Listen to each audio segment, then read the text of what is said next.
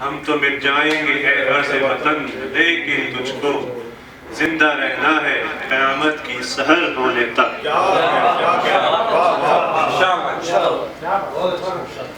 پاکستان اللہ سبحانہ وتعالی نے بنایا، اور یہ ہمارے لیے اعزاز ہے کہ ہم پاکستان میں پیدا ہوئے، کیونکہ جو اعزاز امت محمدیہ کے امتی ہونے کا ہے اس سے ایک درجہ کم ہے اسلامک ریپبلک آف پاکستان کے شہری ہونے کا، بیٹے ہونے کا، خادم ہونے کا۔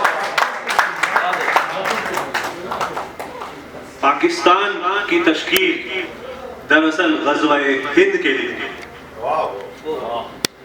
اور اگر ہم انگلی کٹا کے شہیدوں میں ہمارا نام ہو جائے تو شاید ہماری اگلی نسلیں بھی غزوہ ہند میں شامل اور ہماری کچھ بخشش ہو۔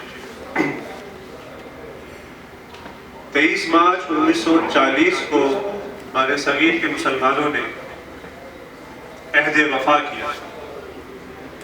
قابل غور عمل یہ ہے کہ وہ عہد وفا صرف بر صغیر کے مسلمانوں کے لیے نہیں تھا، وہاں تک محدود نہیں تھا، یہ عہد وفا پورے امت محمدیہ سے کیا ہے، اور ہمارا یہ فرض ہے کہ ہم ہر 23 مارچ بلکہ ہر لمحے اس کی تجدید کریں۔ 23 مارچ 1940 کو پاکستان کا تصور پیش نہیں ہوا تھا۔ پاکستان کی تحریک اور پاکستان کا تصور 1919 میں ہی قائم عمل میں ظہور پذیر ہو گیا تھا، جب خلافت کو ختم کیا۔ جب امت محمدیہ میں سے خلافت ختم ہوئی تو خلافت موومنٹ مولانا محمد علی جوہر رحمۃ اللہ علیہ نے شروع کی، ان سے اللہ نے یہ کام لیا۔ تو تحقیق کی جائے اور ذرا غور کیا جائے تو قیام پاکستان دراصل خلافت راشدہ کی تشکیل نو کا پیش رو ہے، اور ہمیں فخر ہونا چاہیے کہ اس حساب سے، اس رتبے سے ہم پاکستانی ہیں، ماشاءاللہ۔ کیونکہ غزوہ ہند کے بعد اگلا اسٹیپ خلافت کی تشکیل نو۔ ہم نہ ہمیں کوئی ہمسا ہوگا۔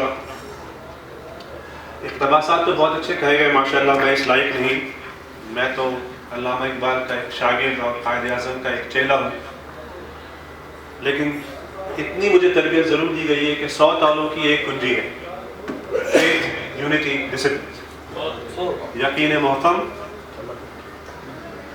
فیتھ، یونٹی، اتحاد، اور ڈسپلن، تنظیم۔ تو یہ 100 تالوں کی ایک کنجی میں سے سب سے ضروری جو آج دور زمانہ ہے وہ اتحاد ہے۔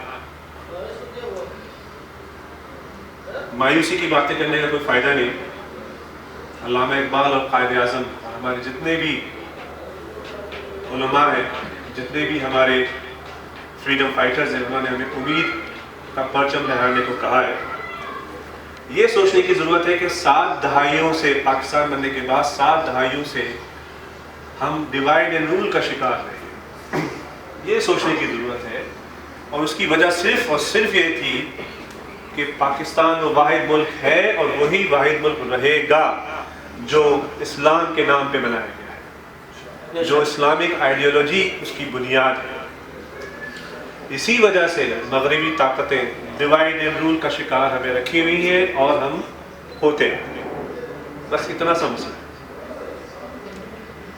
لہٰذا ہمارا یہ فرض ہے کہ سیاسی، اقتصادی، سماجی اور ثقافتی امور میں ہم اپنے آپ کو متحد کریں، ایک دوسرے کو جوڑیں۔ کمی صرف ایک ہے: نیشنلزم۔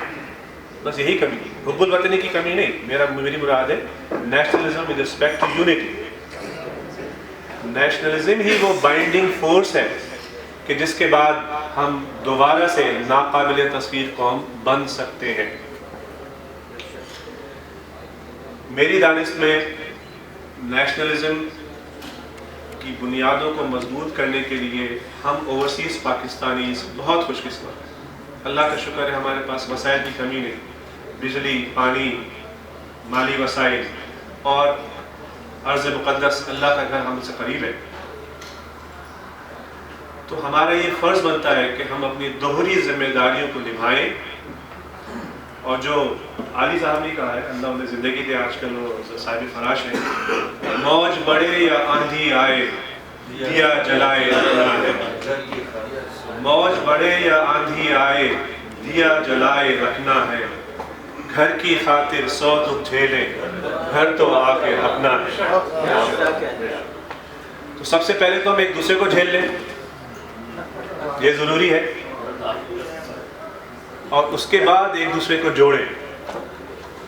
ایک دوسرے کو جوڑنا بہت ضروری ہے۔ اس کے 2 راستے ہیں مجھ خاکسار کی دانش میں، بہت سیدھے سادے راستے ہیں۔ ایک تو یہ کہ نیشنل ہیروز اور فریڈم فائٹرز کی تعلیمات کو ہم یاد رکھیں، یاد کریں اور اگلی نسل تک وہ پہنچائیں۔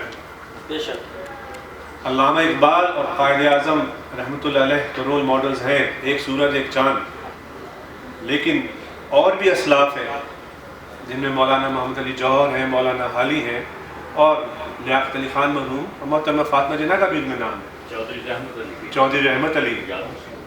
تو ان کی ایک پوری فہرست ہے کہ نیشنل ہیروز کی تعلیمات کو ہم عام کریں، ان کی ترویج میں حصہ لیں ایز اے اوورسیز پاکستانی۔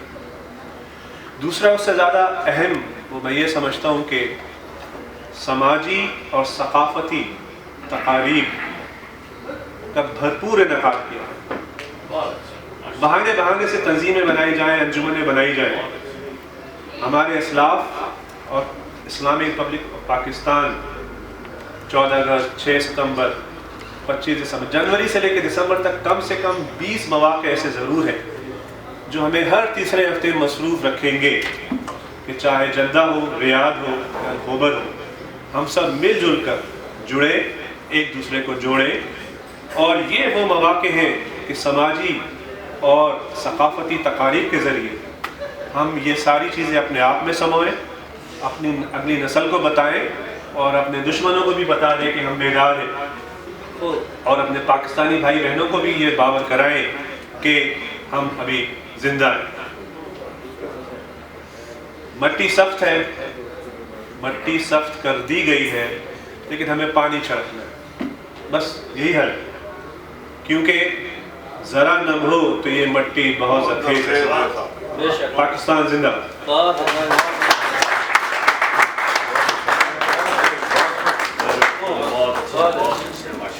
حاضرین محترم، مہمان خصوصی جناب گوہر خان صاحب اقتباسی نوعیت کی گفتگو